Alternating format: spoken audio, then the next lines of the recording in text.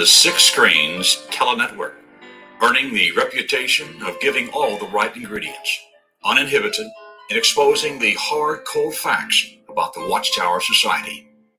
And now, the end is near. Well, hello everyone, and welcome in to the Six Screens of the Watchtower. Red Pill from the Watchtower. That is the program we got coming up here next. We got a man, his name is Eric. He's coming in from Nashville, Tennessee, and he's got a program tonight that I think it's really going to get your attention. You know, if taking the red pill has awakened you to the reality in which you live, you can now take the journey to understanding. Well, we all took the red pill leaving the Watchtower, right? The red pill has become a popular phrase that signifies a free-thinking attitude and a waking up from a normal life of sloth and ignorance.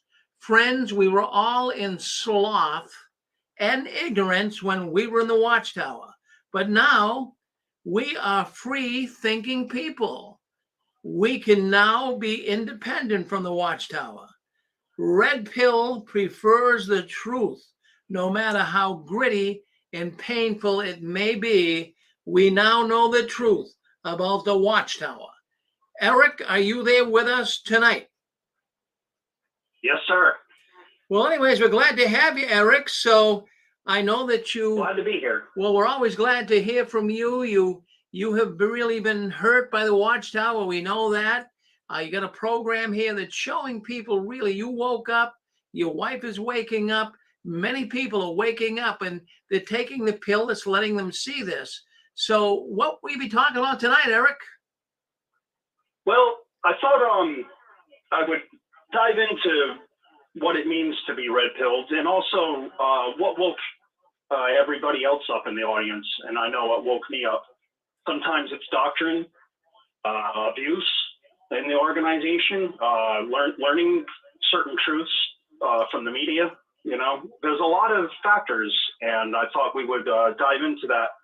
But one point I was going to make, if anybody out there, or not if, anybody out there who has seen The Matrix, the movie, when Neo, the main character, wakes up, right, and he's given that red pill, and he looks around him and he sees the reality of the real reality of his situation, a horror scene almost, right?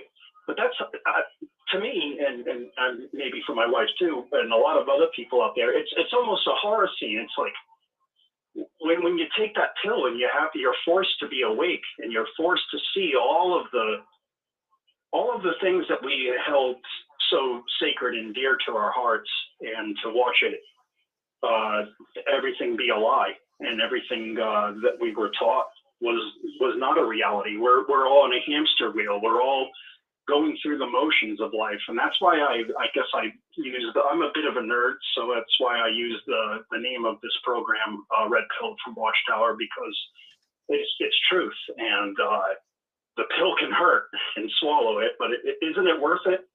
Even if you lose everything, isn't it worth having your freedom? You know, I know a lot of people have learned things about themselves, or maybe hidden little talents that they had, because Watchtower took up so much of their time. And that's what I was trying to get at tonight. And I'm sure that there's a lot of people out there that feel the same way. Fran and Joe, I think it's beautiful how they woke up. You know, the Australian Royal Commission and certain things weren't adding up right. And that everyone has a story. From my wife and I, we were abused so bad from the Watchtower that, you know, if you have 4 to 5, 4 for me, 5 reinstatement letters for her, it is an issue, you know. I mean, people don't want you in. I think everyone out there can understand that Watchtower is doing the separating work when it's, I'm not going to get biblical, but that's only between God and Jesus.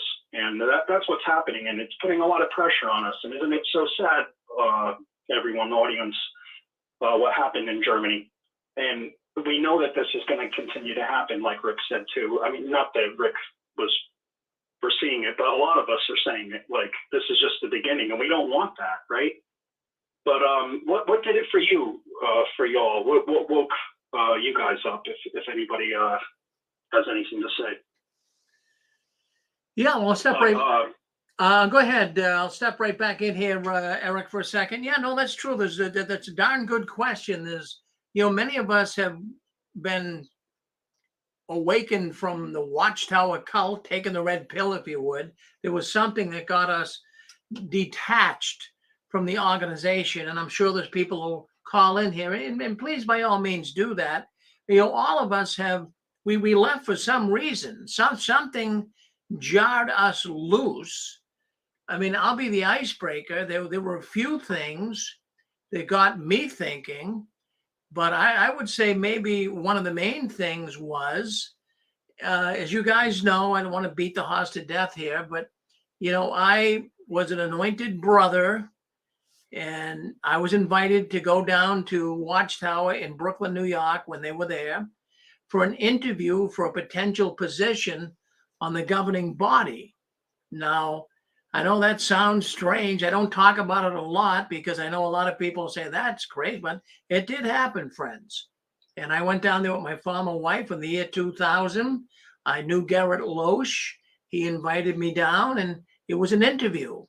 And they were very much in need of new anointed brothers they needed brothers to become governing body members that were anointed and good standing and all of that. But anyways, so be it. But what I found when I was down there, that it's nothing more than a big business. It's a big business masquerading as a religion. I could see it. Everything. I spent the whole day at New York for that interview. And I could see that something was not right. These people really weren't concerned about people's spiritual welfare. They weren't concerned about loving Jehovah's Witness people who were giving their life and loyalty to the Watchtower. They were more concerned about the money they could make. That's what I got from it all. And after spending the weekend there in New York and Brooklyn, on the way home, I told my former wife, that's it. I don't want really much to do with these people. They're charlatans. So that really awakened me. It really, really did. I mean, there were other things too, but that was one of the main things. And all of us, I'm sure all of us, whether it be the United Nations, Johannes Grieber, whatever it would be, got a lot of people out of the Watchtower. And my wife, Susan here, she manned the hotline going back about 8 years ago when I first met her. And we had a hotline for people calling in. They didn't want to come on live on the radio program that we do, but they just wanted to talk off the radio and talk to someone that could help them. And Susan was doing that. And she was getting sometimes up to 10 calls a day from people leaving the Watchtower, and they talked with Susan. And the biggest factor why people were leaving the Watchtower back then is, and even now I'm sure too, unloving. This is an unloving organization. And that's getting a lot of people out of the Watchtower. That's what most of them said. They're leaving because there's no love in that organization. Eric, I know you and your wife experienced the same thing, no love.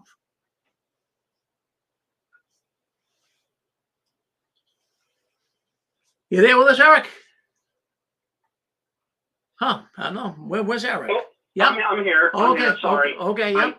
I didn't unmute myself. Yep. All right. Yeah, I have to agree with you.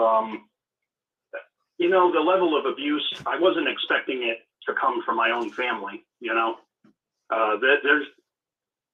hurt us the most, and it's all because of 9 fat guys basically in New York.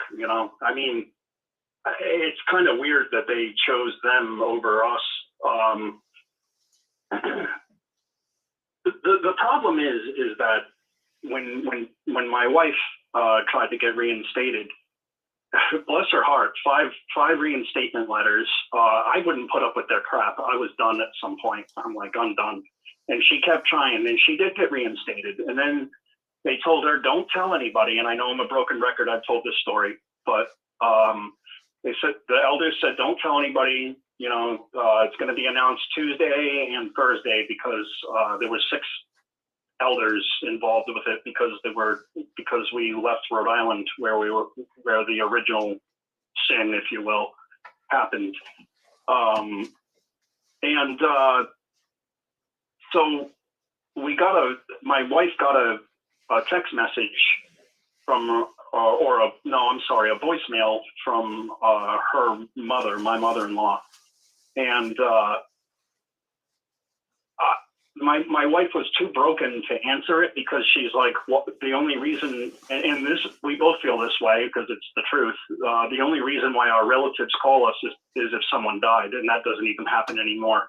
That's changed. But so because it came from my mother-in-law's phone, and the fact that my father-in-law is obese, my wife assumed that maybe her father died, and she couldn't handle that. And she gave a text message and a long description of how hurt she was and how bad of a place she was, and that she didn't know what the conversation was about.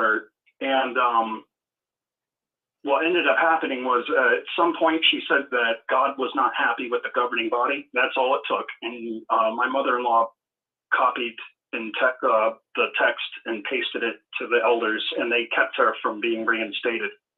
And my wife never told anybody about being reinstated, so that alludes that the family member was told by an elder. And I know the elder that told it because he's got a big mouth. And it's just like, how far do you have to go out of your way to hurt people? This is all so stupid. Well, I didn't sign up. I think I can speak for everybody here. When we all got baptized, we didn't get the Shepherd of the Flock of God copy of that book. We didn't get to look at that. We didn't get to know the rules. And then all of this happens. It just feels very wrong. And I'm sure there's a lot of people out there that have been through something similar like that.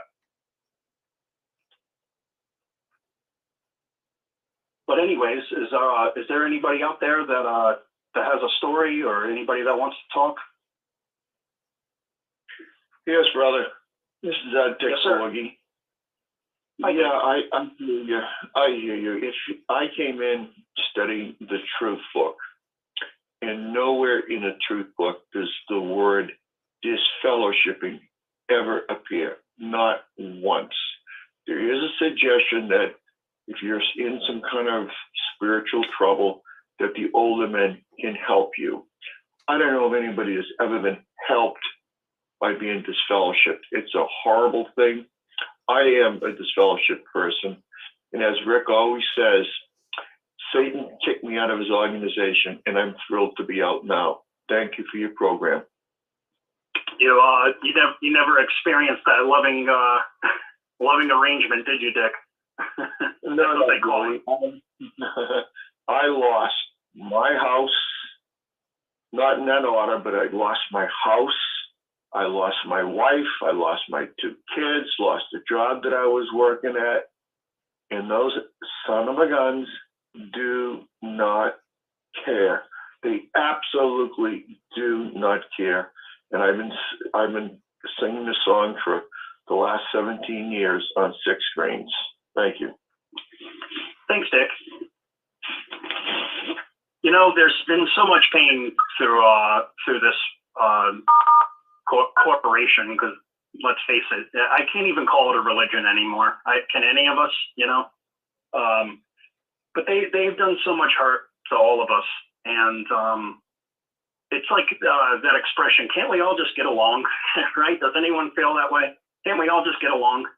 It's to the point where why are we going to follow doctrine that goes against what Jesus taught us? And I'm not going to be too preachy to everybody, but Jesus didn't teach us to be judgmental and to decide who is and isn't an enemy of God or a servant of God. None of this is natural. And there's a lot of pain from Watchtower. And people are waking up, I can't imagine what it's like to be a Jehovah's Witness these days. Really, I've never been a person that's believed in or wanted to own a gun, but geez, if I was in a Kingdom Hall, yeah, I would want to have a firearm at my side. I mean, this is crazy. I'm not promoting violence. It's crazy what's happening in the world. And is someone trying to speak up? Eric, this is Debbie Moore. What you're talking about, the way you just talked about, can't we all just get along? That kind of goes along with the article I wrote last night on Facebook.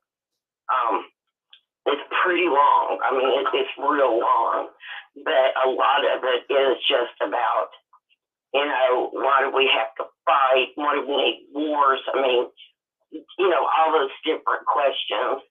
But then I was also exposing some things going wrong in our world, that people get kicked off YouTube and stuff like that.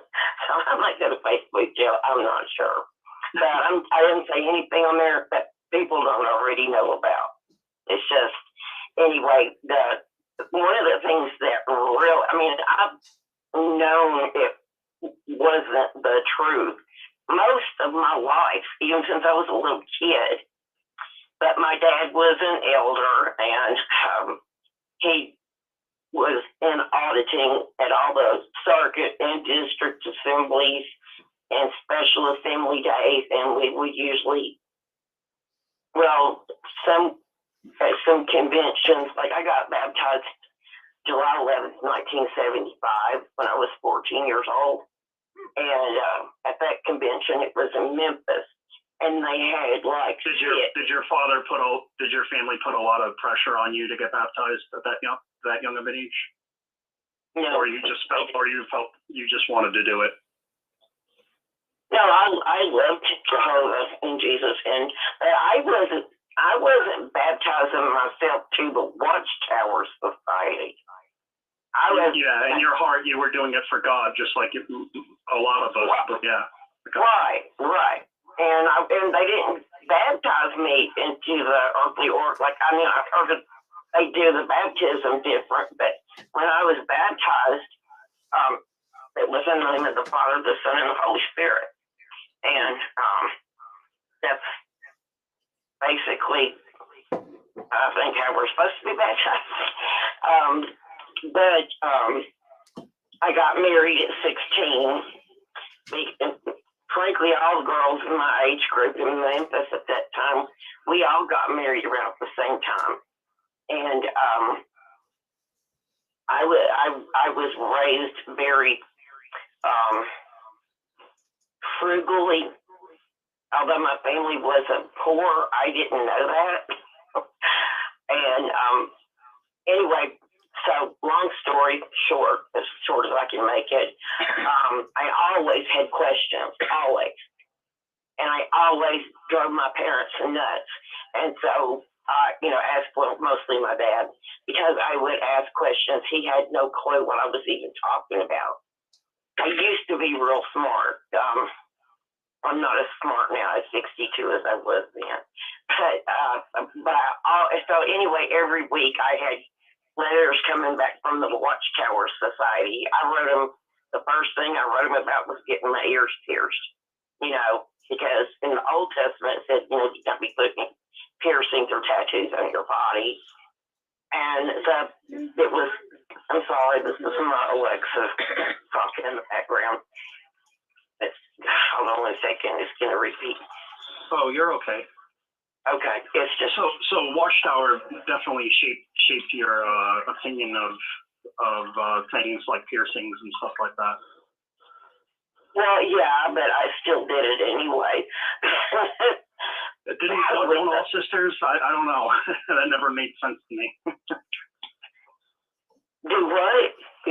Oh, I was just saying that it never made sense to me when they used that scripture, because I mean every woman I've ever known in the organization has piercings, Yeah, well, back then they did too, but my parents said that I couldn't get my ears pierced until the Watchtower Society said it was okay. Everything. I see. Older days. Gotcha. Right. And so the Watchtower Society said, well, it's a conscience matter. Well, it was against their conscience. It wasn't against mine, but it was theirs. So when I got married to go along with you, Debbie, just to back you up, like in my instance, I was raised in the 80s, 90s, born in the 80s, 90s, and I wasn't allowed to have baggy pants, and I was made to wear tight pants in school, and I got beat up for it, right? But now tight pants aren't cool, right? Toni Morris says tight pants aren't cool. Yeah. And they can't be too baggy. It's like I'm reinforcing what you're saying, like the amount of control that they have over us. Do this, don't do that, and then it doesn't mean anything. But go ahead. I didn't mean to interrupt you. It's ridiculous, the kind of control that they had. I ended up getting divorced, but my dad told me in 1993, October 21st of 1993, even though he was up.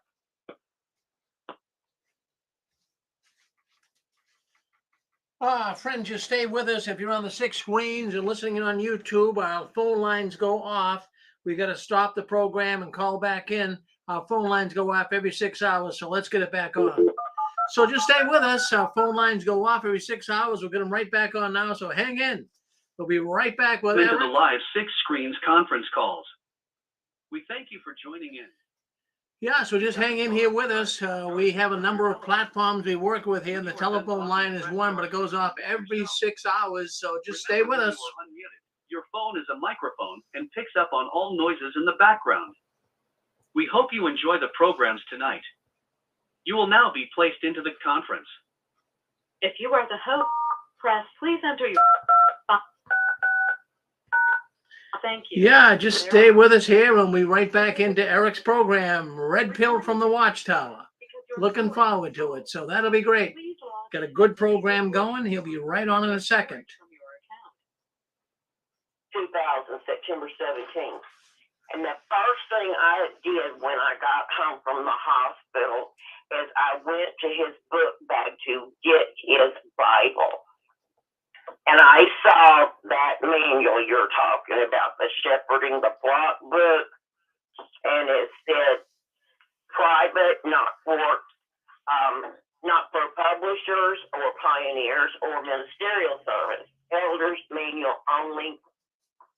And I got that book out immediately, and I read through that, and when I was furious even at my dad. No women when you think about it, right?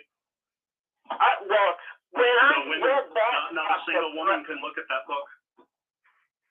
Well, this woman did, but when it said that a man could have sex with an animal or another man and his wife did not have the grounds for adultery, for divorce, that made me so angry. I was like, how could my dad was playing both sides. He was turning in pedophiles, and nobody would suspect him because he was a presiding overseer. And his best friend was one over in Arkansas, the same, and they both died just a week or so apart. And it wasn't a natural death, if you know what I mean. But nobody would let my mom just did what the elders told her, even though I begged her to do a toxicology report and things like that. Isn't it sad, Debbie, what we have to go through? You know what their rules in books do to us. To add to you a little bit, when I first tried to get baptized at I think 17, I was rejected, and I cried about it. I was a boy, and I said, why can't I get baptized? He said, you don't know who the governing body are. Not like by name, but like I didn't know like who the faithful indiscreet slave is. And I say that with quotation fingers. And you know what? Now looking back, I should have realized that should have been a big wake-up call to me. That I was dedicating myself to a man-made religion and not God in Jesus. And I feel for what you're saying, and just about the shepherd of the flock book, and just how things are. We don't realize that we're really serving Watchtower, not God. Yeah. Well, I had a whole series of bad things happen. I was raped, and then, of course, the brother that raped me, who was my father-in-law, told them I seduced him, even though I was scared of him. And the elders, my committee, we were in two congregations, and his committee was his fleshly brother and his brother-in-law and a friend.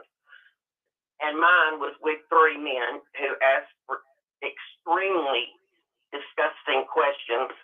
But then they violate, not only did they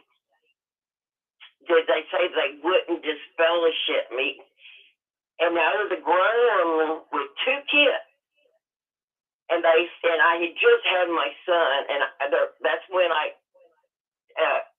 told them everything, because I was depressed, and I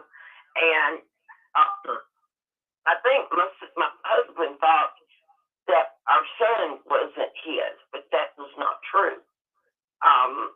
I knew exactly who my son's father was. But anyway, they told me they wanted to have a committee meeting during the convention in Memphis at the Coliseum, in the corridor where everybody was walking by, and anybody could stand there and overhear everything. And that was the one. They said, well, we have some good news for you. And he said, your parents still love you. And I said, what?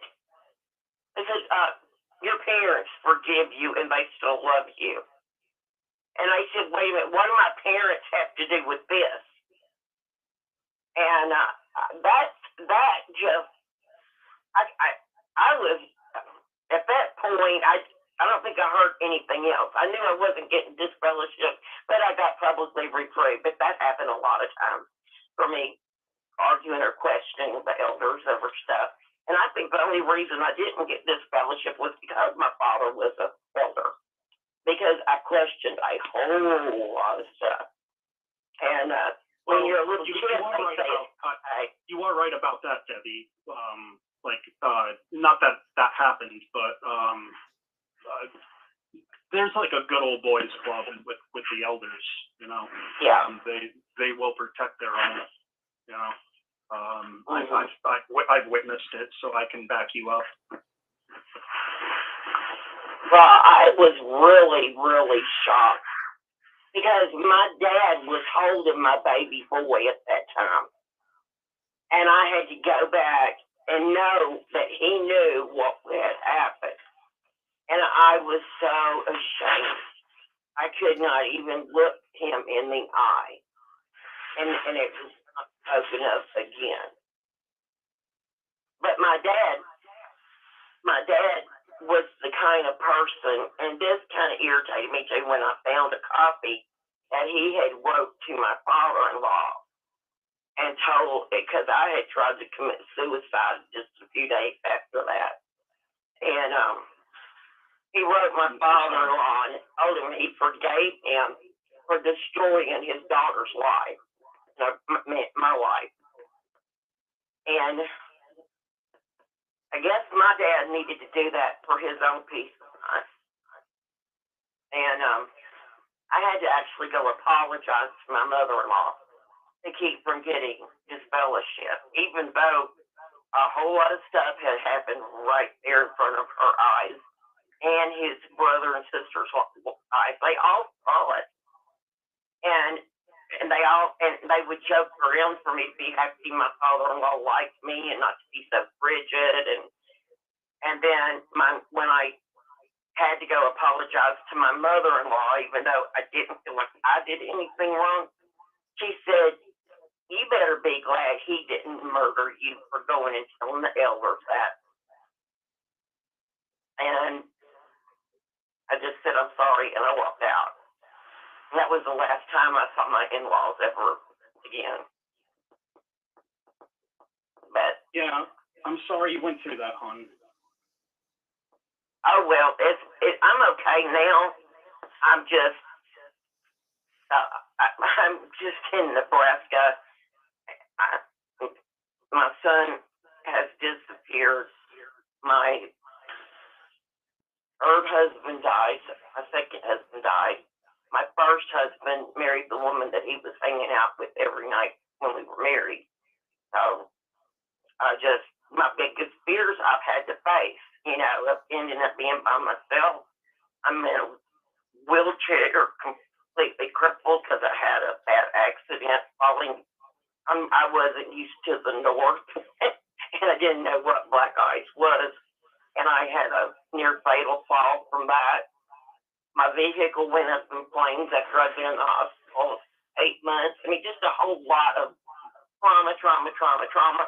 And I never had a committee meeting. I was told while I was laying flat on my back in a nursing home that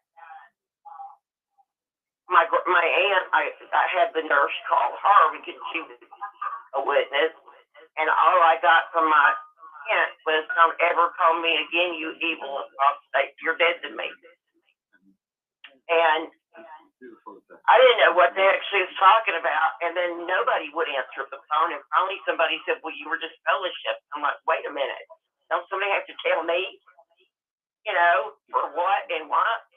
And then 2 years ago, my dad's former business partner, who's an elder, called me out of the blue to see how I was doing, and I just started crying. And you mean you didn't forget about me? Because it had been 13 years. If any witness had spoken to me, and he didn't know any of this had happened, so I wrote it all out, and I told him, and then he said, "So, well, you want to start back meeting?" Well, they were doing Zoom meetings. Oh, and Debbie. Yeah. I was just going to say, thank you for telling your story, but is there anybody else that wants to chime up or talk? Yeah, hi, Eric. It's Fran and Joe. Hi. Debbie's gone through a horrific life. No one should ever have gone through that. But what we've noticed with Debbie is she really, I can't believe in the time that we've been listening to Debbie, the improvement that she's made, and her whole attitude and everything is just so much more lively and concerned about other people. And we have her calling other people, and she really is such an asset to the Sixth Screen. So we just wanted to say that. She is, isn't she? Thanks for bringing that up, because it just shows how we all can have self-improvement when we leave Watchtower, because doesn't Watchtower keep us down, right? I mean, my family has a mantra like, you are. I'm like, what are we, Popeye? Like you have to, the negative things about you have to face them and see the change. I know I have. I'm not speaking for anyone else, but thank you, Fran. Thank you, Fran. I appreciate that too. And thank you, Debbie. Thank you, Eric. I'll get out here now. Oh, you're fine. Hello, Eric. Yes. Hi, Eric. My name's Constance. Thank you so much for your show tonight. I'm really enjoying it. Hi there. I just wanted to say that you had mentioned some time back, I was a JW in the 70s and 80s, and I had also studied with the Truth Book. And it was very interesting because so many JWs came into the organization with that book. But what's very interesting is the point that you brought out, and I know Dan Clark did a few weeks back. None of us really did sign up for the shunning and the evil deeds of Watchtower. That book was incredible in bringing so many people in, but they did not once mention anything about disfellowshipping or disassociation. And I really enjoyed your comment because if any of us, if all of us, I'm talking about those who were never elders, if we had been able to have a copy of the Shepherding the Flock book that only the elders have, many of us would have never been a part of this organization, because we really, back in the 70s and 80s, the thing I really loved about being a witness was we had a lot of young people in our congregation. I was a teenager at the time, and we did a lot of things together. We had a lot of get-togethers. There were a lot of musicians in our congregation. It was really, really fun. But I really enjoyed the family values. That I really, really enjoyed. And it's just sort of interesting because the organization has changed so much. And you find that, when you sort of outgrow, I outgrew the organization. And you have to be. It's unrecognizable, isn't it, now? Yeah, I wouldn't even recognize it. I really wouldn't. But the point I'm trying to make is that, had many of us known about the shunning and the disfellowshipping, and I mean, we know about, if you sin, you need to talk to the elders and they need to be loving. Well, you find out in the long run, they're really not. I mean, this organization's nothing godly. There's nothing about God in this organization. Nothing. Not when you look at the fruit. And so many people have committed suicide and it's destroyed their life. And I just wanted to come on here and say that, but I really wanted to say from the bottom of my heart, Eric, I'm very sorry about what you and your wife went through. I can't even imagine. I really cannot even imagine putting yourself through that. But, thank goodness you found Rick's show, and this is your time. This is your time and opportunity, honey, to really shine, disempower yourself, and regain your power and your voice, and be able to heal and of course help others as well. So thank you very much. Well, thank you, sister. Power corrupts, so I'm not attracted to power. But truth is important, and you talked about truth, and the witnesses say they have the truth, and that was one thing that started to make me question, right? When Jesus says he's the truth, the light, and the way, and I'm not a preachy person, but if we're, that's what the witnesses force down our throat. If that's the case, then why would an organization be called the truth? That always baffled me. But anyways, does anyone else have anything else? What woke you up out of the Watchtower, or something that you want to? I could write a book, but the thing I was going to mention tonight. Hi. The thing I was going to mention tonight was my dear father, who always had the best suit. He was the brother that always had the impromptu talk in his pocket. And he was a real Christian man. And they tried to push him out when the elder arrangement came in. And he and his best friend had run that congregation with kindness and Christian principles and fairness. And one of the last times that he and I were in that Kingdom Hall, they were talking about how the men in New York. What time period is this, if you mind? Oh, this was after I'd officially walked out, but went back with 70s, 80s, or later? 80s, I think. 80s, I want to say okay. 80s.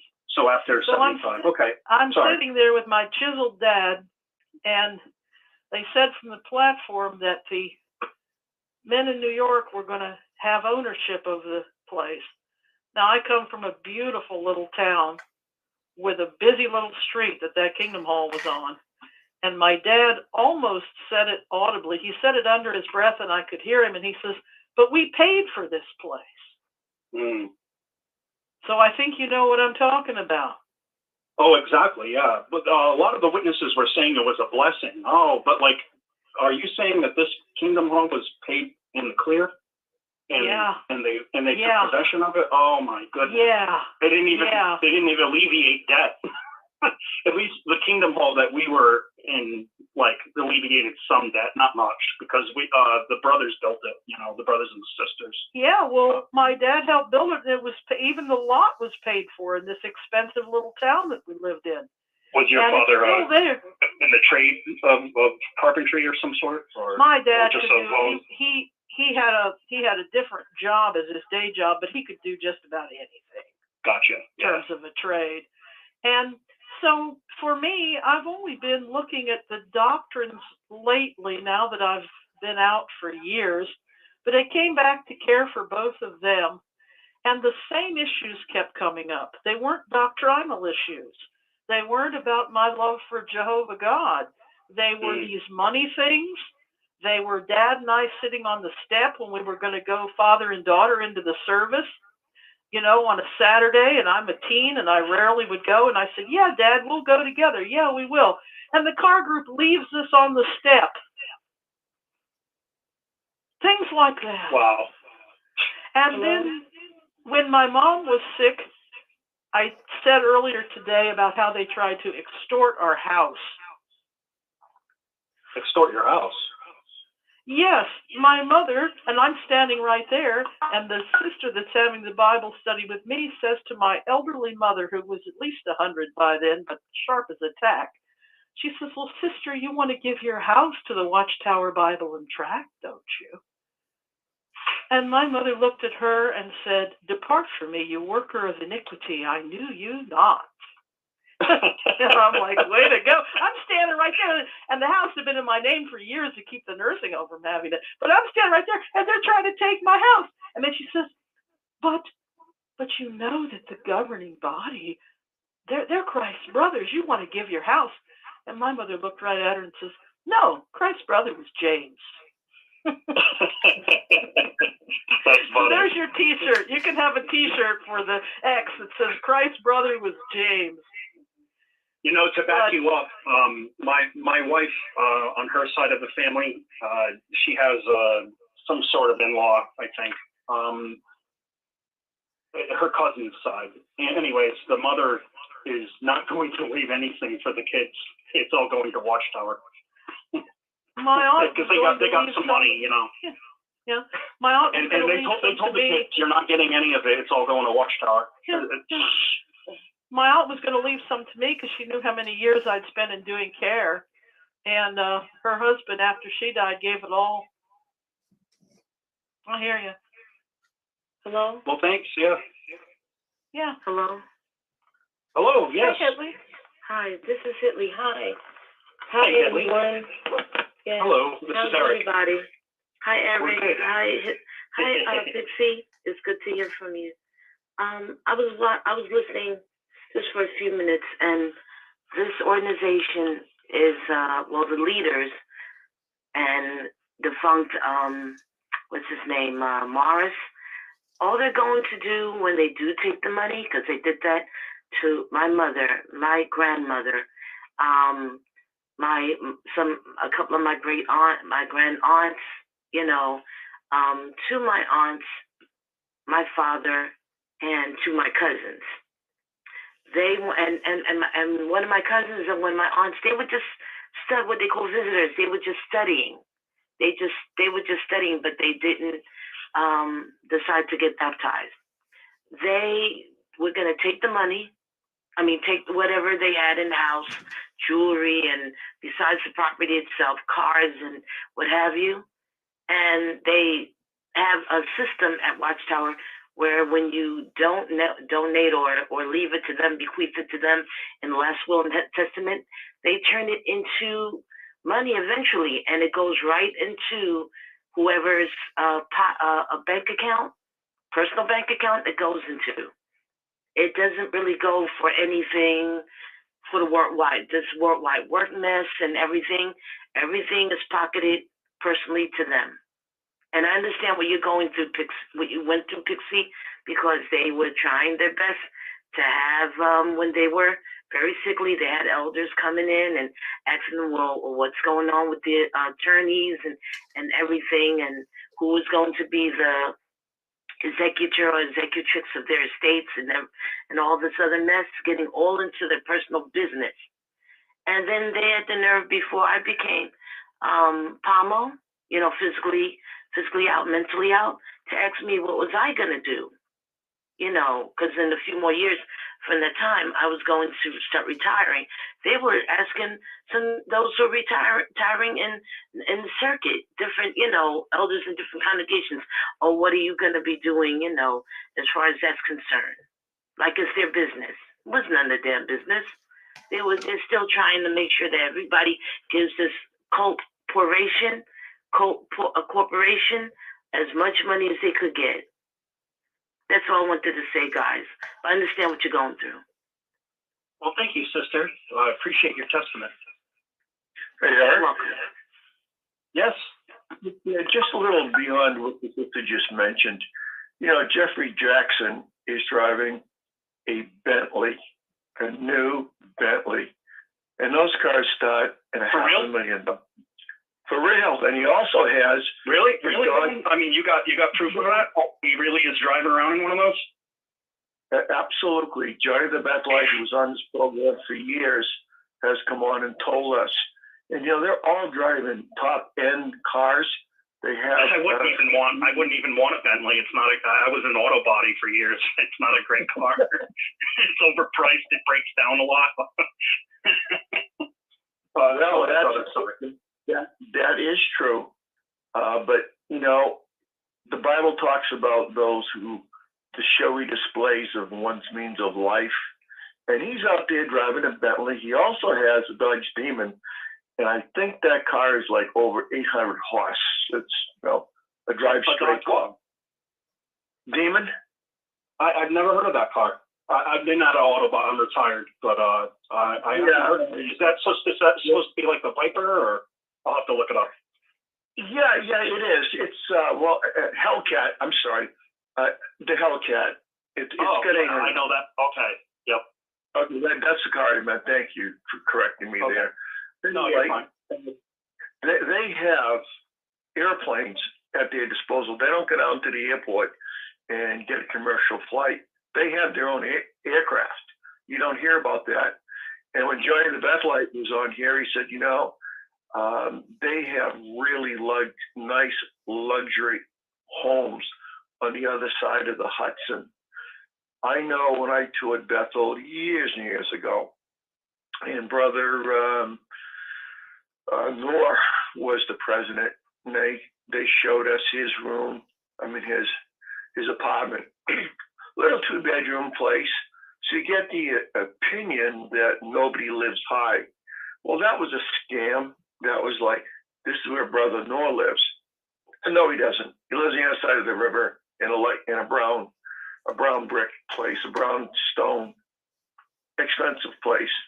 But I just wanted to jump on a little bit what Connie was saying, as I alluded to earlier in the program. They don't tell you about disfellowshipping. You find it out later.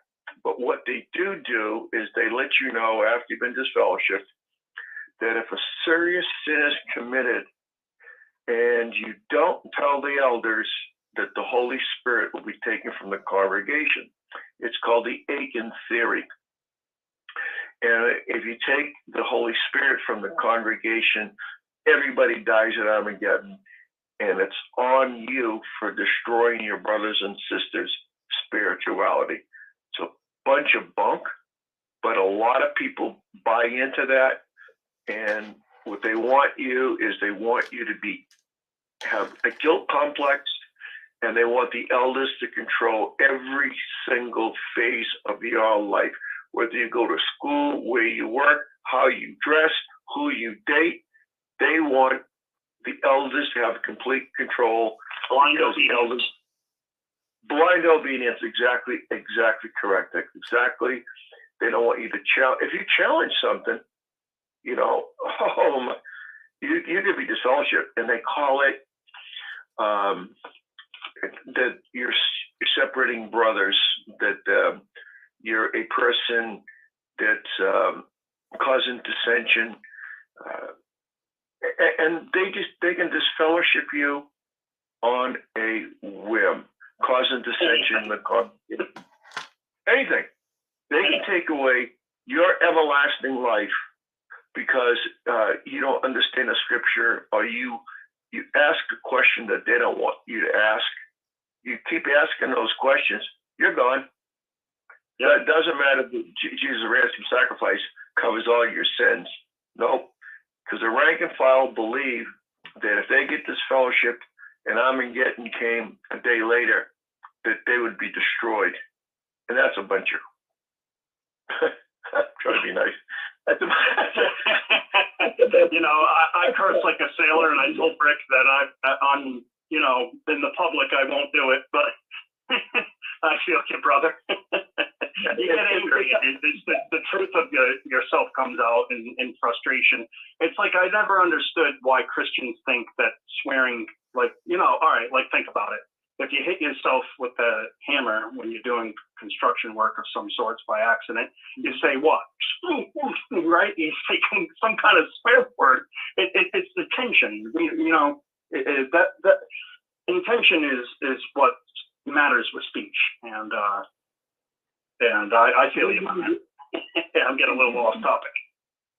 You bring out a good point. If an elder hears you drop an F-bomb, and I was in the Marines, and I've used the F-bomb plenty. Sure. If they hear you say that, right? My brother used to say there's no atheists in, what do they call it, foxholes? No atheists in foxholes.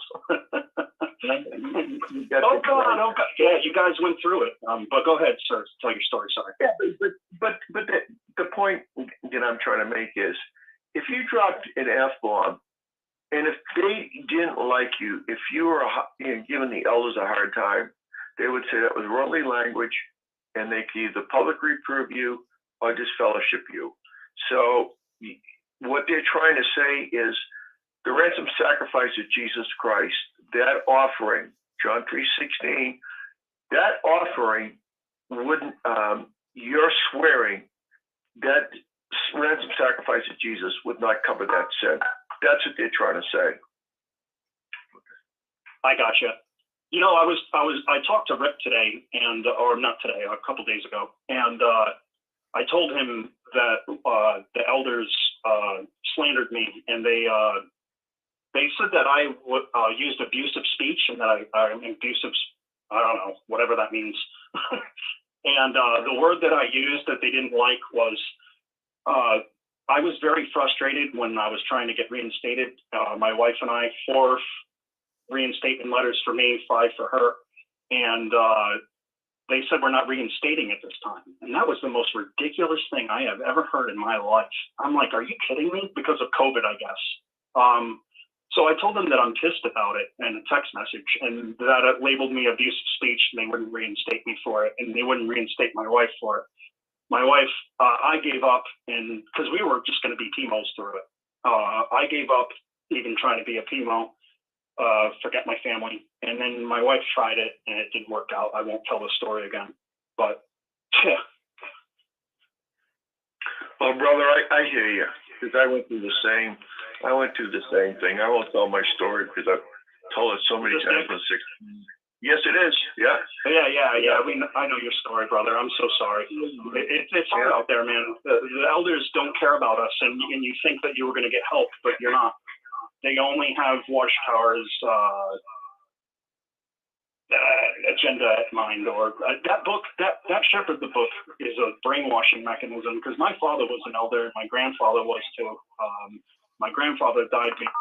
My dad is not an elder anymore because of his family situation. But I can't imagine, like, I don't have what it takes to be an elder, because if I looked at that book, I'd be like, you're kidding me, right?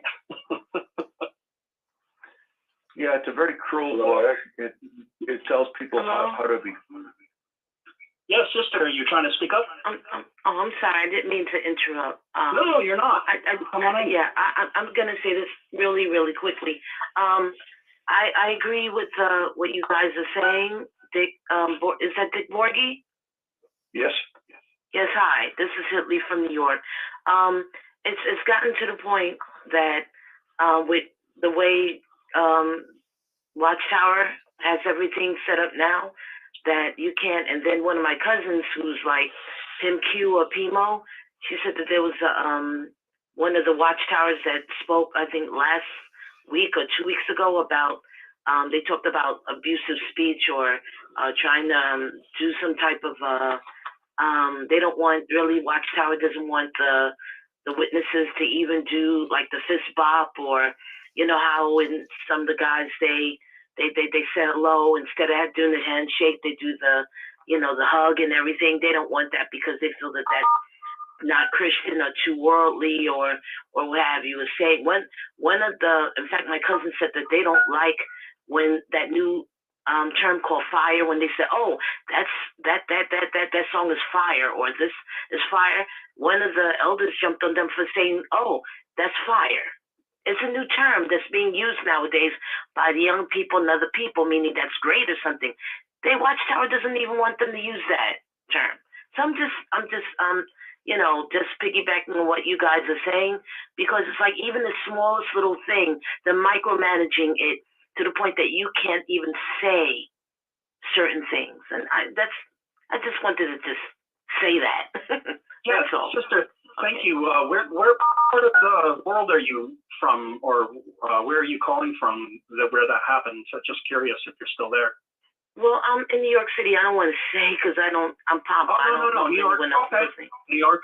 Gotcha. Yeah, I'm in one of the 5 boroughs. I'll just say it that way. Yeah. Yeah. Okay. Well, thank you for that. Well, it's always nice You're to know. welcome. You're welcome, guys. Okay. All right. Well, anyone else got anything else? Yes, you're here with us. Hello, Eric. Hey, buddy. Hey, this is JP from the Golden State of California. How's it going? Hi, JP. Good. How are you? Good. I just want to say hi to Idley. We talked a long time ago on, I think it was like the New Year's show or something. I talked with her and Mike, but I wanted to say hello. We never got in contact with each other, but I wish we could. Hi, Hi, Idley. JP. How you doing? Okay. Great. Nice to hear you tonight. Nice to hear you too. Yeah.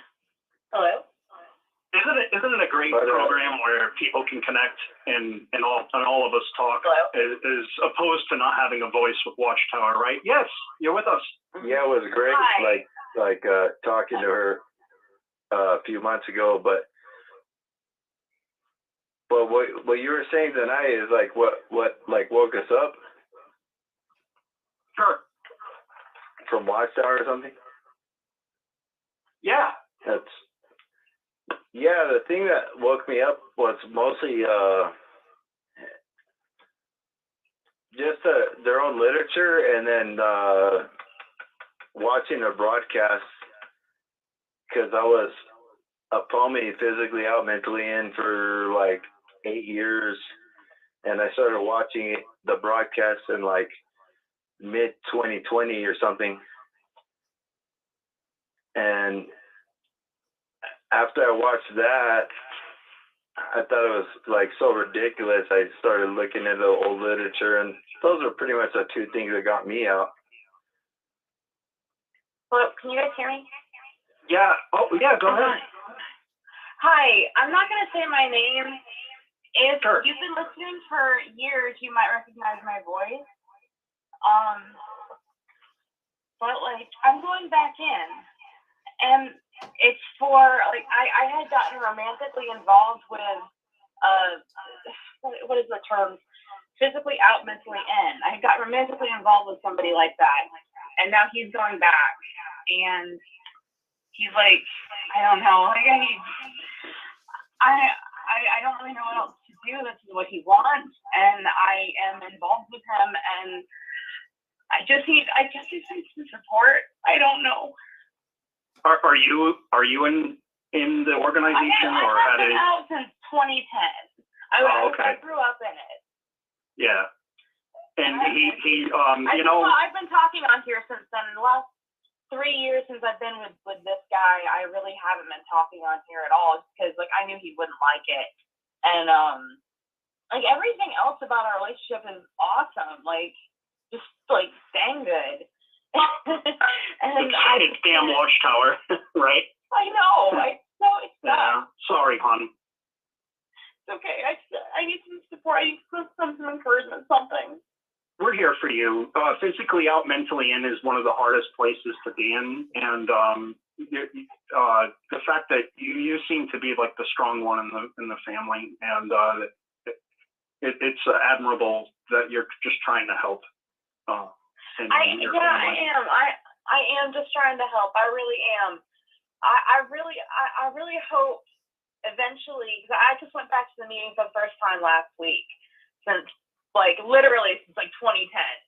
And is it hard on you? Do you get anxiety at all? I have literal PTSD from it. Me too. Diagnosed PTSD from this crap. And I really am just hoping he'll see it, because I don't think he believes me about it. I'm just hoping he'll see it. And that's what, I don't know. I just need some support. I understand, hon. You're in a really bad spot with what's going on in your life right now, and I really do feel for you. I'm so sorry. It's causing unnecessary tension and stress on us all, and what happened in Germany is proof of that. That's scary too. Right. It just so is, and more of these things are happening lately. You have a family here, and I know calling into the 6 Greens. Yes, sir. If I can just finish up with this sister. Thank you very much for calling in. And if you want to say any more, you have I'll give you a spot if you have anything more to say. But thank you so much. If you've been listening, go ahead. Years ago, because I was talking on here pretty regularly from 2010 to 2018 or 19, and then I got. So you've been awake for a while. I got what I needed. I really didn't need to participate anymore. And now it's just pulling me back in, and there's no way I'm gonna get re-indoctrinated. It's not gonna happen. So it's just I just have to go for the sake of my family. It's a thing to do. I'm the type of person that is real, and I have a hard time faking it. I could never be an actor. Well, I really have also come to the understanding that I'm probably also autistic to some extent, and that's kind of why I didn't really fit in. And it was so funny. That first meeting I went to, people were like, "You should come back and see us," and I'm just like, I don't mask my autism anymore. I'm just like, why?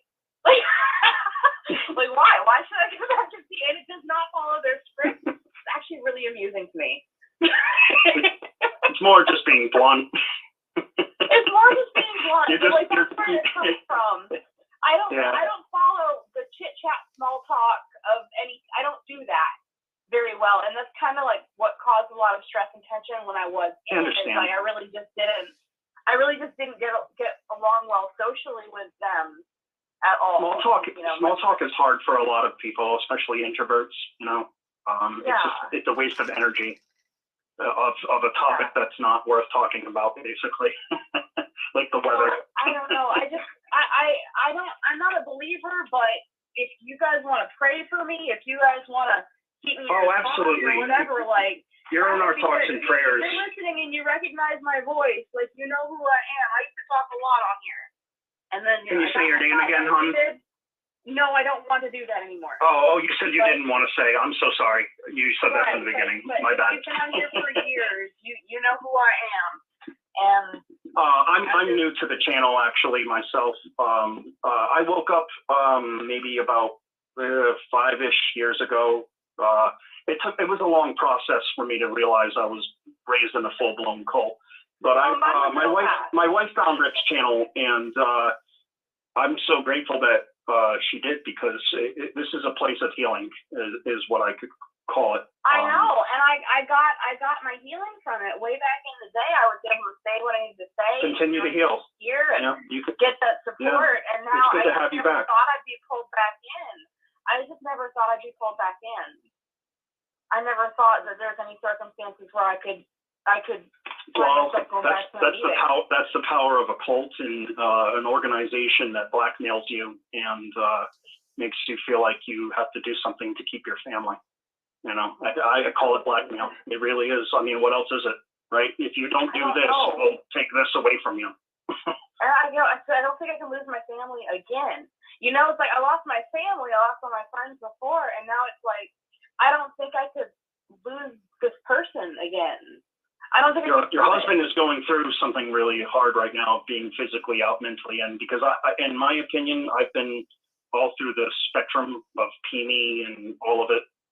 and physically out, mentally in is the worst. I've been to this fellowship twice. Yeah. And I mean, like I've been trying to get through to him. I really have.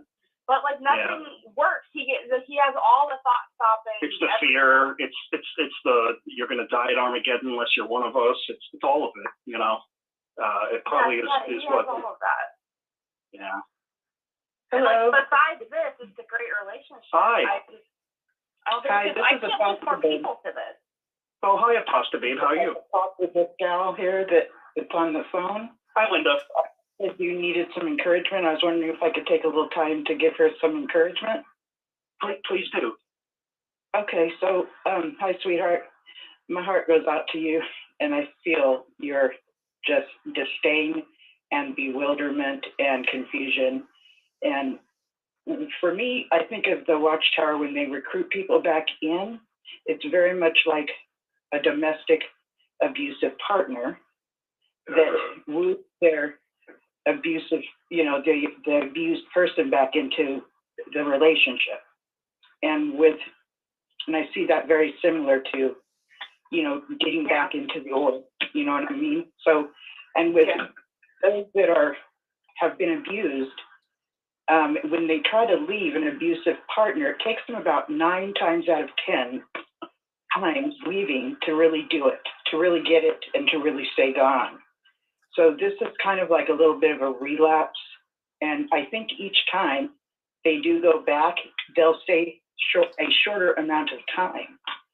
Things will come up again for the same reasons that they did before and more. You know what I'm saying? Yeah. Am I making sense? So yes. I agree with that comparison. I really do. Yeah, you see that, don't you? Yeah, good. Very much. She's gonna come back out. It'll be who knows what, something that'll happen at the grocery store. Something will click about the org that he can't hang anymore with, and he'll be like, I'm done. or something another tells him. But it's hard to be an encouraging partner with someone who's doing something. I really just want to be supportive. I really do. I've never had a good relationship before. It's never happened to me before. And now it's like, I don't think I could lose another person to this. I've lost too many people to this. So is there an expectation for you to get back into it because he is getting back into it? Yes. Okay. That's a lot of pressure, isn't it? Yes, it is. Yes, it is. Yeah, so even though you're not a believer, and I get that, the term getting prayed up or getting equipped and reminding yourself of the techniques. As a matter of fact, you can kind of make a game of it. Like Robert J. Lipton has like 8 criteria to control. Maybe you can make a list and start checking it off when you see it happening during the meeting. What really is triggering to me is like when I've been listening to the meetings on Zoom, and I actually went for the first time like last week. Like, it's just as Jehovah's people, we do this and we do that. Like, or we think this and we feel that. Don't tell me how I feel about a thing. Don't tell me how I freaking feel. I know how I feel. You don't know how I feel. Don't tell me how to feel. Like, I can control how I behave. I can control how I behave. I cannot control what I believe. I cannot control what I think. I cannot control what I feel. Don't tell me what I feel. This is real triggering. I agree. So are you expected to go just on the Zoom meetings or in person? Yeah, I went in person for the first time last week, and it was very triggering, and there's a convention happening next weekend, and last time I tried to go to a convention, I had a full-blown panic attack, and I'm just considering that again. So if you have gone to therapy, get back into therapy, girlfriend. I need to. I need to get health insurance again and go back. Can I ask what gives you the panic attacks? Is it the social anxiety, or like just curious? Because I go through the same thing, so I'm curious. I think it's part of the social anxiety, and it's like fake. I know these people are love bombing to like what they're supposed to, right? But I just know that it's fake, and like actually. Yeah. A lot of my PTSD revolves around forced public speaking and being criticized from the stage. And I actually graduated college late because I couldn't give a presentation because I would just see the Kingdom Hall. So I actually have like diagnosed PTSD. A lot of it revolving around public speaking. A lot of it. But it's just the social bombardment of people and like knowing that I'm probably autistic. And it's just like, this one lady came up to me and she was touching my arm constantly. And I'm like, I don't want to be rude to you because you seem very nice, but please stop touching me. Like, you have to stop touching me. You have to stop. Yeah, that's a boundary. It is boundary issues. I understand don't that. touch me. Why would you think you can come to me and touch me? Don't do that. Mm-hmm. I don't know you. My grandfather and I would give each other a kiss on the cheek, but if I did that to my dad, he'd punch me metaphorically. Well, no, and call me a slur, you know. But like, I don't like people I don't know touching me. Like, yeah, I understand. Why would you think you can touch somebody? Walk up to them and never met them. It's very personal, and that's too personal for you. Like, yeah, I understand. Don't touch me. Like, I'm listening to you, and I want to be your friend, but like, back off. Anyway, I do have to get going, but I'll call in next week. I usually work on Saturdays and call on the way. Well, thank you for calling in. I'll let you guys know how it's going on, but man, don't be a stranger. But thanks, guys. I appreciate this. Thank you. Bye. Wow. Well, there you have it, huh? Well, another story. We seem to never fall short of people's testimonies and people's stories of what they went through. Eric, we had a person coming in from 615. I know you're coming from there, but we had another person coming in. If you want to come back, 615. I know the girl just left, but if you want to say something, you're welcome to come back in. I saw you trying to get on. Come back in if you like. 615. All right. Okay, I guess not. She was there, but the person was there. So no problem. Go ahead, Eric. Yeah. Thanks, Rick. Anyways, so we've had a lot of stories tonight, haven't we? Of what woke people up from Watchtower. We've got doctrine. We've got abuse. We've got, just their own information, right? How many people are waking up from Stephen Lett saying babies are enemies of God? I mean, geez, where does it end? Is someone trying to come in? I hear something in the background. Go ahead, 712. 712, you're on. Go ahead. Yeah, this is Jerry from Iowa. Hey, Jerry. Yeah, I've been wanting to call in for a long time, and I just recently did a meetup here in Council Bluffs with some Iowa with some different ones, and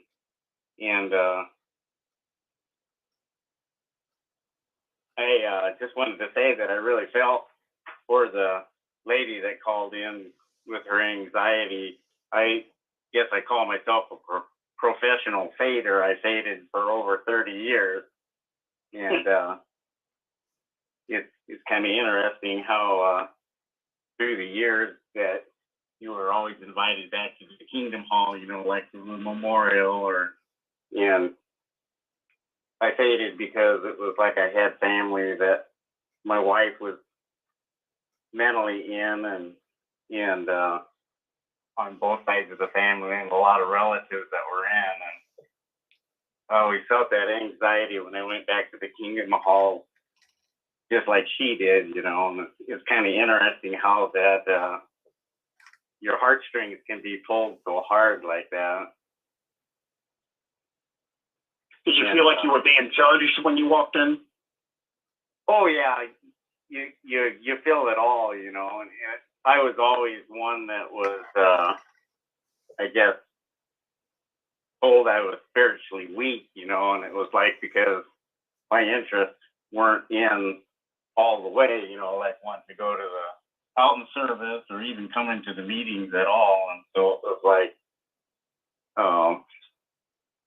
you knew you were being judged as soon as you got there because they knew that you were kind of not really strong spiritually, they called, but I guess I was more strong-headed that I wanted to stay away more than I wanted to be there. But, and so, and a lot of that happened is because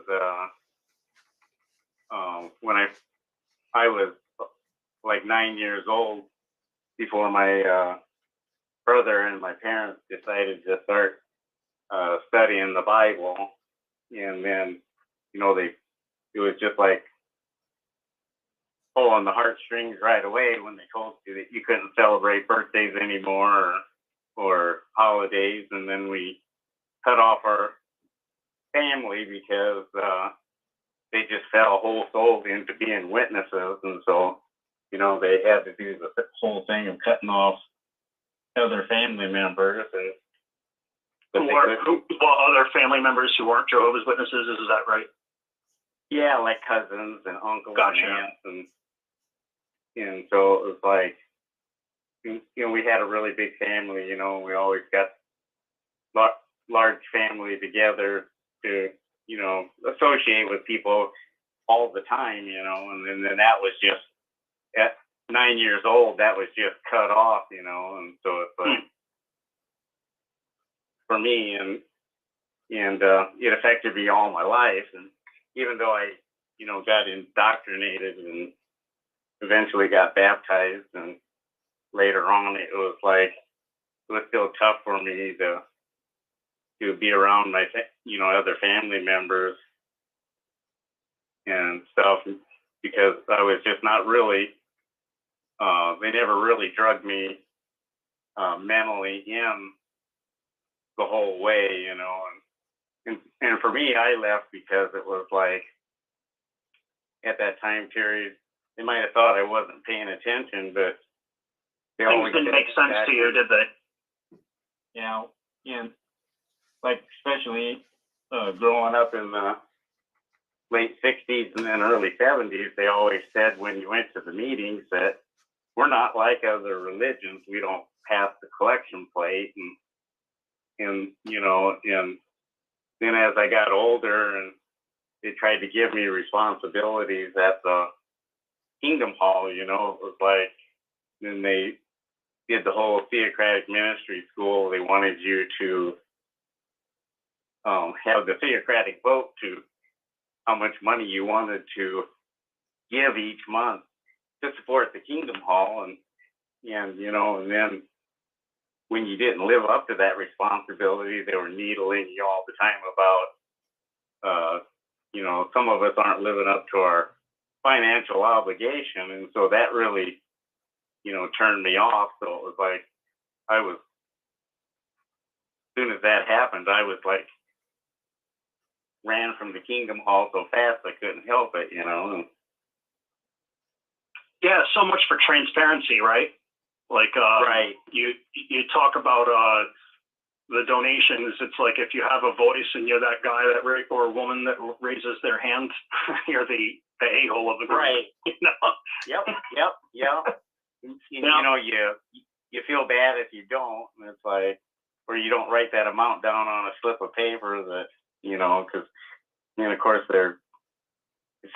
the Kingdom Halls here in Iowa are so small that it's like they know everyone that turned something in, you know. And no, you're right. Go ahead. Yeah, and I'm really surprised at, we had a small Kingdom Hall, and it basically fell apart, and because one elder got disfellowshipped out of 3, and then many young ones got disfellowshipped and left. And one of the things that always bugged me is there was a lot of them that got disfellowshipped that were never baptized. And when you would ask somebody about it, they would be like, well, they should know better because they're unbaptized publishers. And so it's now you hear the whole thing about this on jw.org where they're like the young ones, for like Caleb on JW.org, they're talking, he's interested in being an unbaptized publisher. Yeah, and he's what, 8 or 10, right? Yeah, and go ahead. The thing that interested me about that is the fact that the young ones back in the day, they just slid into that. They were never officially told they were an unbaptized publisher or not. It was just that they were, coerced by their family or made by their family that as a young one, well, we're going out in service and you're going with us. And eventually they learn the ropes, so they assume that you now know. I don't ever remember it being made official, that, we have unbaptized publishers and we don't. But now it seems like they're drawing that line in the sand so that they can make the young ones know, yep, if you get out of the line, they'll know that they are going to be shunned even at a young age if they don't do supposedly what Jehovah wants them to do or the organization. But I agree with you. Don't you feel bad for the kids when you watch these cartoons, right? And it's like, I want to see positivity from it. I do. And there are some good points that they make, but then when you really look at it all, it's not good points. And really, do you really need children's ice cream money?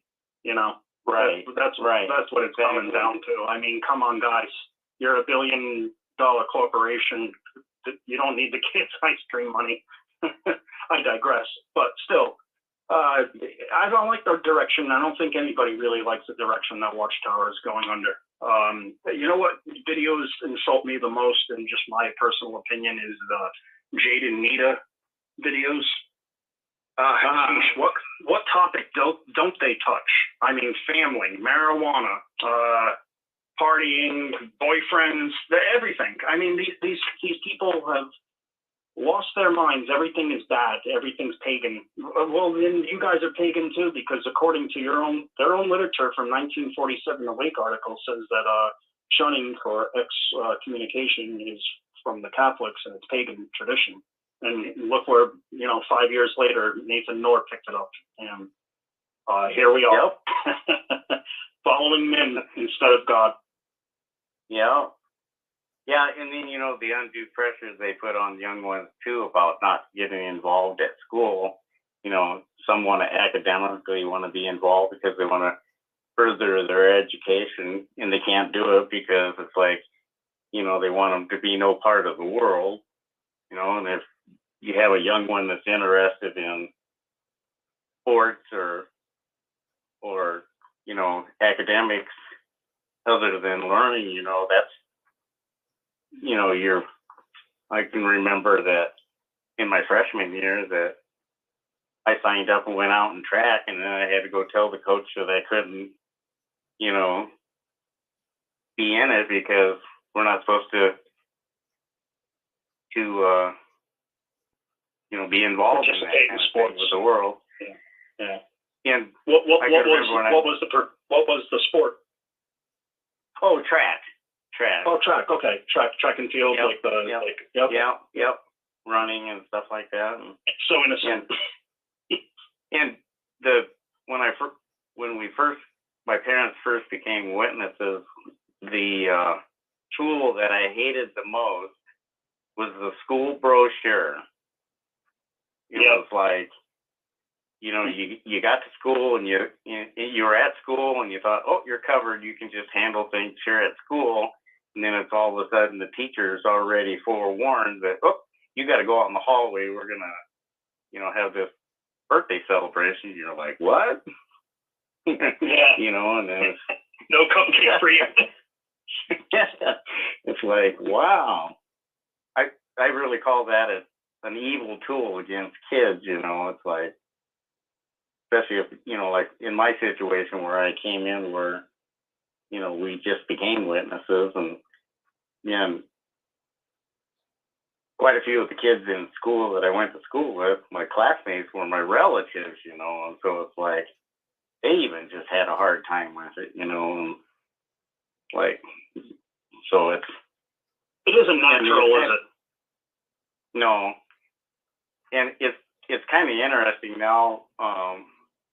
My parents have both passed away, and my wife that was that I married when I was pretty young at 19, that was a witness, she passed away, and so it's like, oh yeah, and it's kind of interesting how now that after 25 years of fading, and then you lose loved ones like that, and you don't have no ties no more. You don't have that where you need to fade. Things change, you know, and it's like I was able to give myself permission to just completely walk away, and my brother that's an elder, he was so upset because in 2019 I finally just decided during the memorial, when I got that yearly call from him to be invited to the memorial, I just didn't even bother to answer the phone anymore. And then I seen him on the street one day a couple of years later, and he walks up to me and can barely look me in the eye, and he asks me, he says, "Does your phone number still work?" And I go, "Yeah." He goes, "Next time, answer it," and then just turned around and walked away. And I just, as he was walking away, I was just smiling. I'm like, wow, that really bugged him that I didn't answer the phone. And, you know, it's in a way, it's kind of sad, but then in a way, it was like joyful to me that, you know, you never got your annual call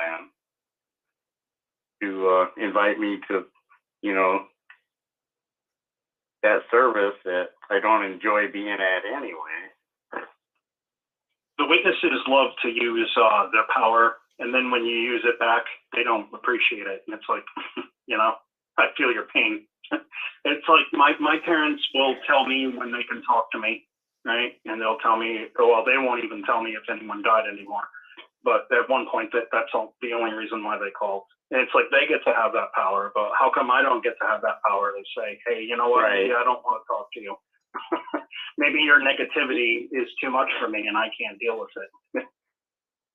That's right. You know, I had that similar thing happen to me because it was like grandma died, and I found out about it a year later. That, like, a year? Wow. Yeah.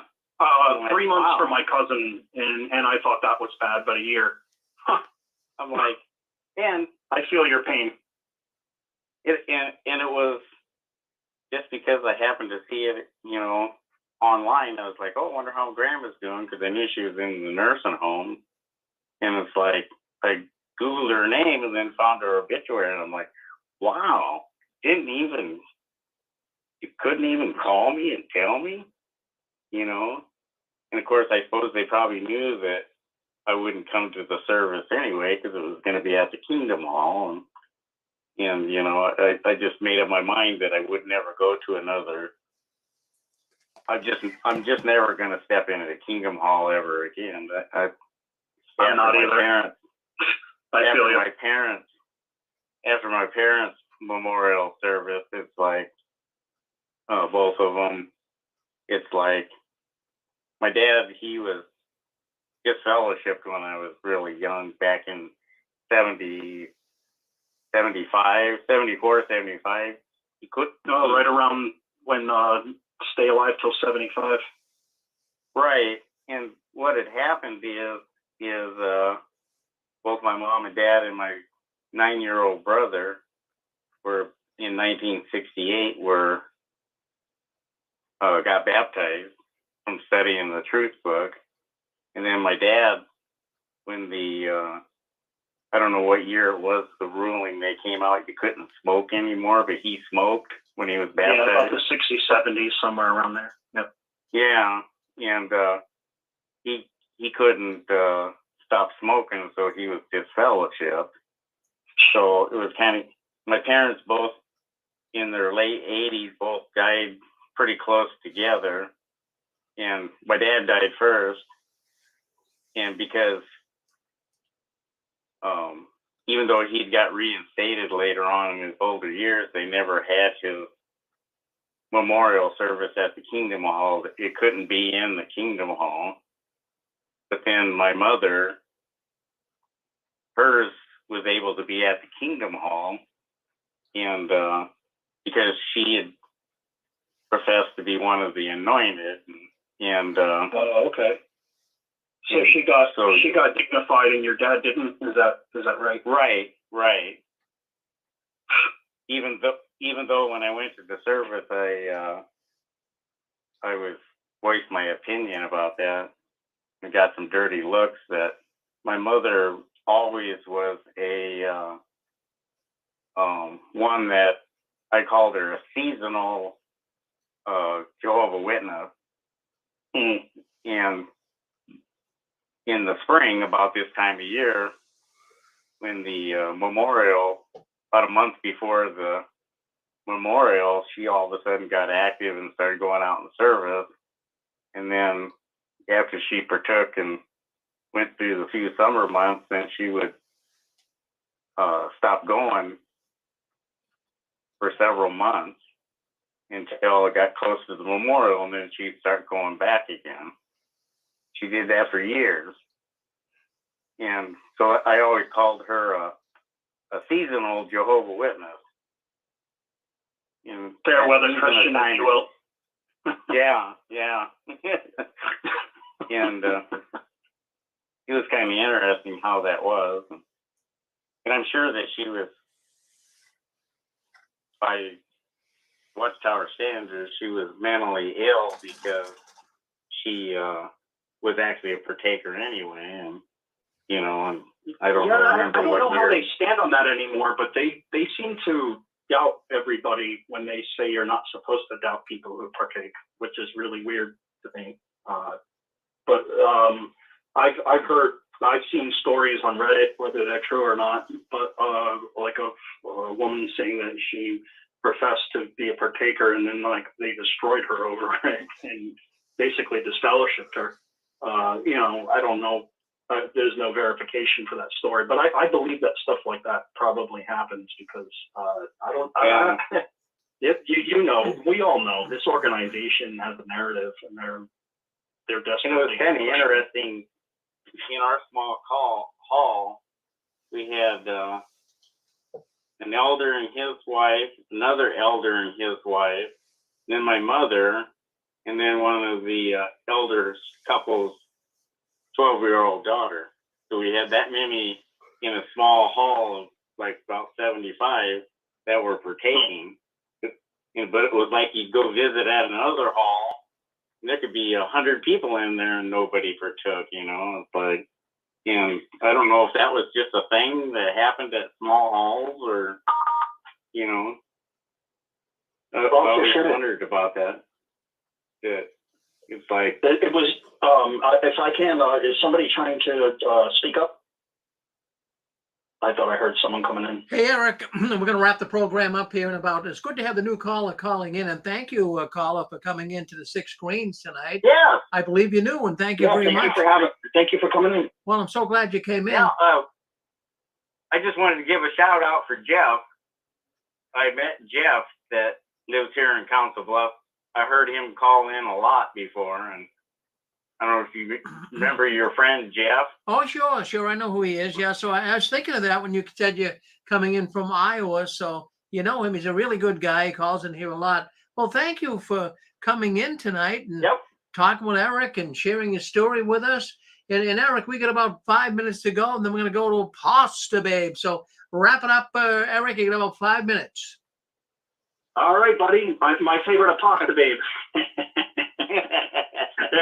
Her brainwashing got to me. There you go. Thanks for everyone listening in. And Watchtower has done so much damage to all of us.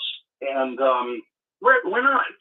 Sometimes I get responded to in comment sections on YouTube or Reddit, and they go, quit being a baby, you know, but we're not being babies. The thing is that people like us, we're like William Wallace, right? Rick and I and Apostle Babe and his wife and everybody else involved in the show, the listeners, everybody. We all want freedom. We all want what's right. Once you see what Watchtower is doing, once you take that red pill, how can you go back? How doesn't the Bible say something like returning to the vomit? How can you ever go back to something that was so wrong from the first place? I mean, when I got baptized, I really thought that I was getting baptized to my God Jehovah or Jesus Christ. You know, both of them. I didn't know that it had anything to do with the governing body. You know, I realized that later. But they changed it. No, they did, didn't they, Pixie? They did. Is the gentleman still there from Council Bluffs? That was my mother's hometown. How is it at Lake Manawa? How is it out there? It's cold.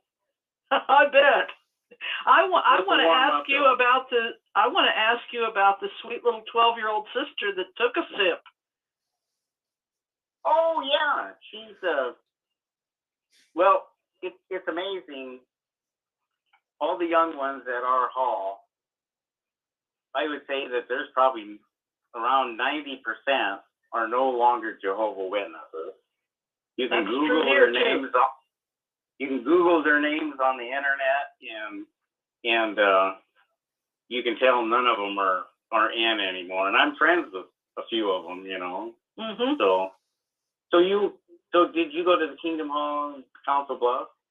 I have visited there many years ago. I live in the American South, but I visited there many years ago, and Sister Van Eaton lived to be 101. Yeah. And that was in 1969 that I met her, and she was 101. Wow. Yeah, I hear you. And I'm sure that I have many Danish distant cousins that probably still live in that town, and some of them are in California. I know my own cousins, but I'm sure I have distant relatives that are still in Council Bluffs. Sure. But I think that's neat that the 12-year-old was taking a sip. I've not heard of that. Yeah. It's kind of interesting. My dad used to kind of encourage me when I was a little child along those lines. And what I've heard is that a lot of grandparents would encourage their children to do that if they went back to the Bible student days like my family did. So is she from a totally witness family? Oh no, they were they were a study, and they became witnesses, and then that is interesting. And then the father eventually worked himself up to be an elder, and then that whole family fell away after he was disfellowshipped for some wrongdoing. That of course they never tell you why somebody's disfellowshipped. And what happened to the 12-year-old? Is she still a witness, or did she go? No. None of the whole family is a witness. Yeah. Interesting. Yep. Interesting. Yep. It blows my mind anyway to know that so many at the hall they no longer. In fact, that hall was, so many fell away so quick that when I left in 1987, the hall was dissolved and sold by 89. It'd been there since the late 60s. Mm-hmm. And the thing that's kind of interesting about it is everybody got together and built the hall, and we tore down the Baptist church to build the Kingdom Hall. Interesting. Yeah, that's what I thought. Interesting. Yeah. Were you part of the RBC or LDC now? Oh, yes, I was. Yep. Yeah, I was too. Don't you feel like you want those hours back? Oh, I know it. I was an auto body painter, so I finished a lot of doors for them, like spray painting. Oh, sure. Yeah. when my mother died in 2014, and I got to talk to my brother, he was a little bit. I have a feeling that he's kind of awake a little bit because of the fact that I seen there was some shingles off the roof, and I go, why don't you climb up there? And because he was a roofer by trade, he actually roofed that Kingdom Hall. And he's like, well, we can no longer get on the Kingdom Hall. We have to hire somebody, and they have to be licensed and insured. Watchtower Society no longer wants us to get on the roof and do dangerous jobs. And I was like, oh. And he seemed like he was kind of upset about the fact that he couldn't go on the roof. And, you know, that was used to be his profession, you know. And it's Right. So. Hey, we're gonna have to get moving on here. We got a pasta babe in the bullpen ready to come out, so we gotta end it up, Eric. So take a minute or so and wrap it all up. All right. Well, thanks for everyone calling in tonight, and I appreciate the support. And if we can just have a second to talk to conclude things. What a great program, isn't it, guys and gals? I really enjoyed it tonight. Where else? No, I don't mean this one. I just mean Six Screens in general. What a great thing that we have all together, that we can come together, have a voice, heal from the tentacles of Watchtower, you know, touched by them.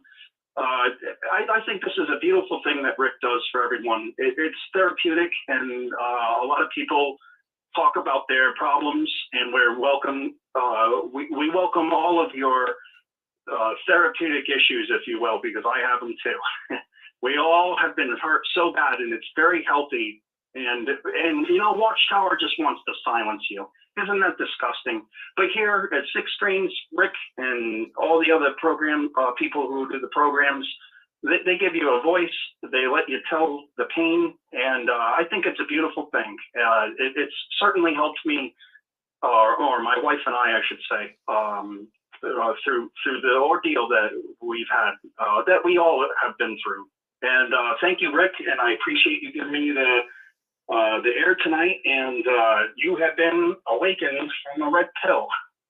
Well, there you go. I like that. That's what you want to do at the end of your program. And now, folks, you've all been awakened from the red pill. All right, well, that's it. Eric, thank you. And thank you.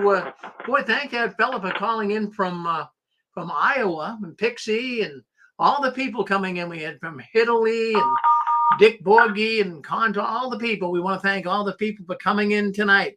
And hey, listen, Eric will be back in 2 weeks with Red Pill from the Watchtower. So we're now going to Aposta Babe. She's your favorite apostate. She's coming up next. Thank you for coming in here tonight. See you 2 weeks on this program. All right, let's go.